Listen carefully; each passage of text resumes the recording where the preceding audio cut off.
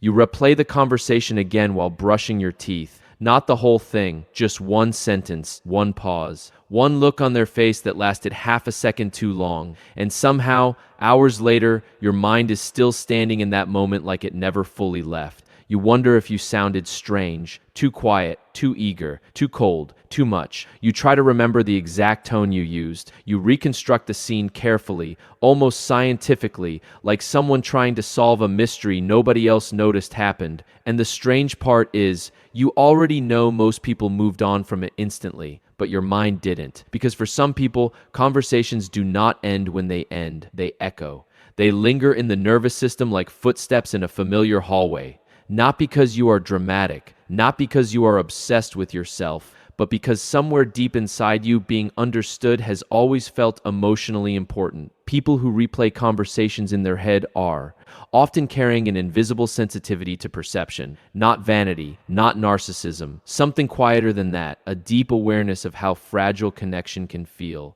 For you, words are not just words. They are emotional fingerprints. A single awkward pause can feel like evidence. A delayed reply can feel loaded. A slight change in someone's expression can become something your brain studies long after the interaction ends. And this usually begins earlier than people realize. Some children grow up in emotionally predictable homes where they learn that connection is stable, where a bad moment is just a bad moment, where they do not have to constantly monitor themselves to feel safe. But other children grow up learning something different. They learn to scan. They learn to notice moods before words. They learn to pay attention to tone, tension, silence, footsteps, emotional weather. They become experts at reading rooms before they fully understand themselves. And over time, this awareness becomes automatic, like autopilot, not because they want to overthink, but because their nervous system quietly learned that paying attention helps preserve connection. So years later,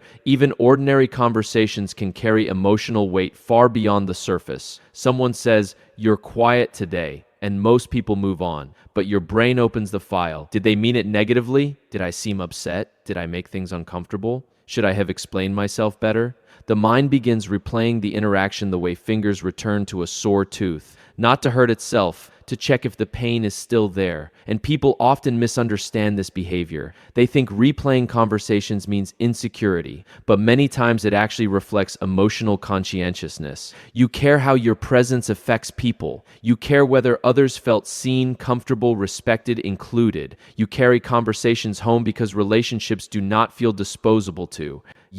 Some people can leave interactions behind immediately. Their emotional doors close fast, but your mind leaves the light on. You revisit moments because emotionally part of you is still inside them, and sometimes this becomes exhausting, especially at night, because nighttime removes distraction. The world quiets down and suddenly the mind begins opening old drawers. That thing you said 3 years ago, that joke nobody laughed at, that text you probably over-explained, that goodbye that felt slightly strange. Your brain walks through these memories like wandering through a familiar room in the dark, not because it enjoys suffering, because unresolved social moments feel unfinished. Human beings are wired for belonging, but some people experience belonging with heightened sensitivity. For them, relationships are not background noise. They are anchors. And when an interaction feels uncertain, the brain keeps circling it, trying to secure emotional clarity. You can see this even in the way different people remember conversations. Some remember facts, some remember outcomes. But people who replay conversations remember emotional textures, the shift in someone's eyes, the warmth disappearing from a sentence, the exact moment the atmosphere changed. Their memory is emotional before it is logical, and this often creates a strange contradiction. Other people may experience you as calm, composed, emotionally intelligent. Meanwhile, internally, your mind is editing conversations like a film director searching for hidden mistakes. You wonder if you should have spoken more or less. You wonder if honesty made you look weak, if silence made you seem distant, if enthusiasm made you embarrassing. And because the mind cannot return to the moment physically, it returns psychologically instead, again and again. Sometimes people who replay conversations become highly skilled socially because of this. They become thoughtful communicators, careful listen, emotionally perceptive friends, but the hidden cost is that their nervous system rarely fully rests after social interaction.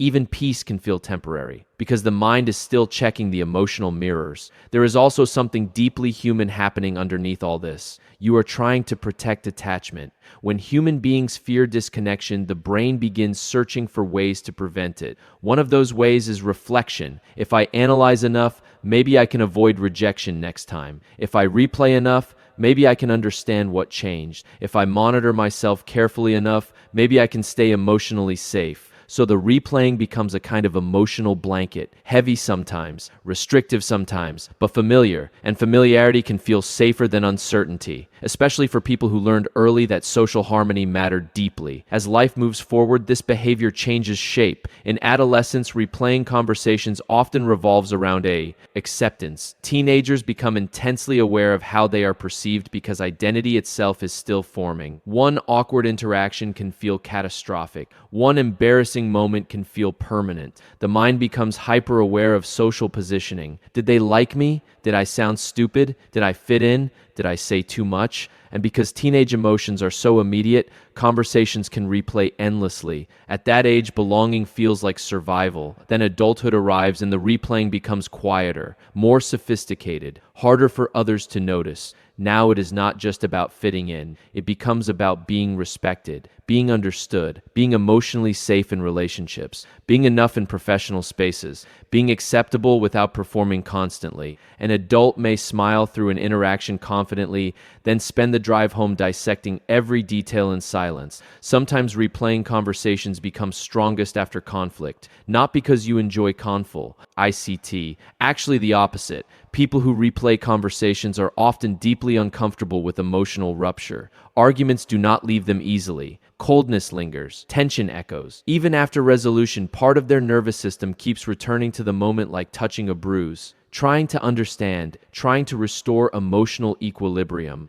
And the difficult part is that your mind often confuses reflection with responsibility. You begin believing it is your job to carry the entire emotional weight of an interaction. So you study yourself relentlessly. Maybe if I had phrased it differently, maybe if I had noticed sooner, maybe if I had been softer, maybe if I had been clearer. And underneath all these thoughts is usually one quiet fear. I do not want to become hard to love. That is why small moments stay with you, because emotionally they never feel entirely small. They connect themselves to older emotional memories, older fears, older longings. The brain builds these bridges between present discomfort and past emotional experiences. A delayed text today may unconsciously awaken old feelings of exclusion. A strange tone may awaken memories of unpredictability. A misunderstanding may reopen ancient fears of being misread. So the present conversation becomes larger than itself. Your mind is not only replaying now, it is replaying echoes.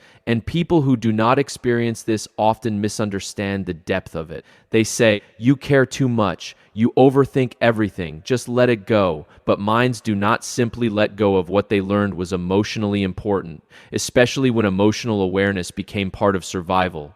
There is also a loneliness hidden inside this behavior, because people who replay conversations often edit themselves in real time. While speaking, they are simultaneously observing themselves speak. Part of them is participating. Another part is monitoring. How am I coming across? Am I being annoying? Did that sound strange? Should I stop talking? So even during connection, there can be a subtle distance between the self and the self, like sitting in your own home while still feeling slightly like a guest. And eventually, exhaustion arrives. Not dramatic exhaustion, quiet exhaustion. The exhaustion of carrying too many emotional drafts inside your head. The exhaustion of mentally revisiting rooms everyone else already left. The exhaustion of constantly trying to make sure your existence did not create discomfort for others. Then somewhere in adulthood, a deeper realization begins appearing, usually slowly, usually after years of replaying. You begin noticing something important. Most people are replaying themselves too. The person you worried about offending may be worrying they sounded awkward too. The person you analyzed for weeks may barely remember the moment because they are busy carrying their own invisible inner world.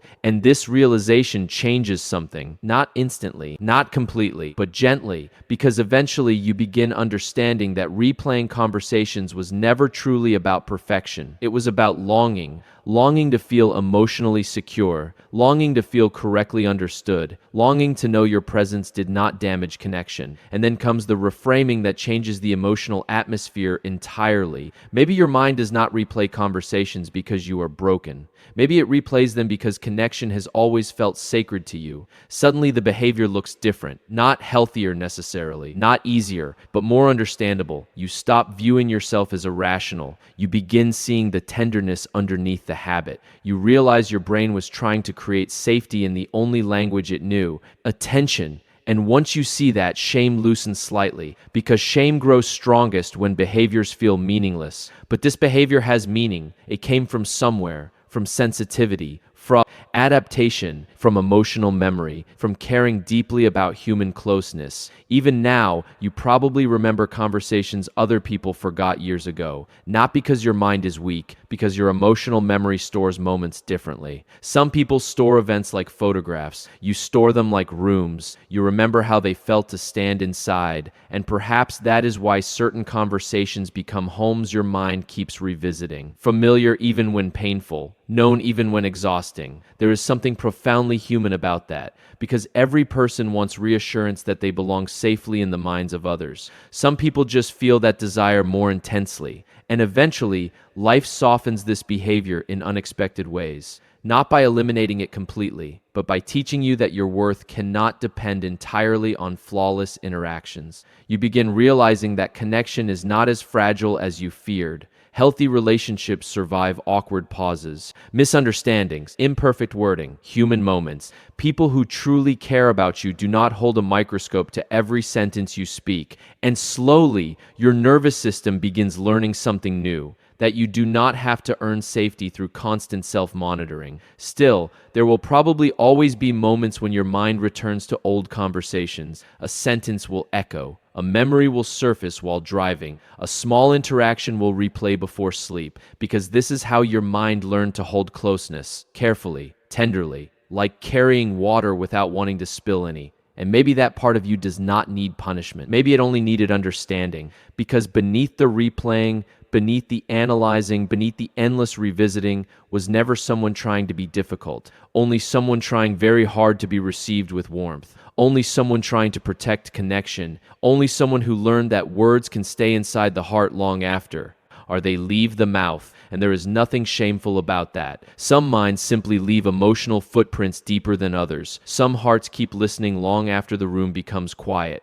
And maybe healing does not arrive the moment the replaying stops. Maybe it arrives the moment you stop treating yourself like a problem for caring so deeply in the first place.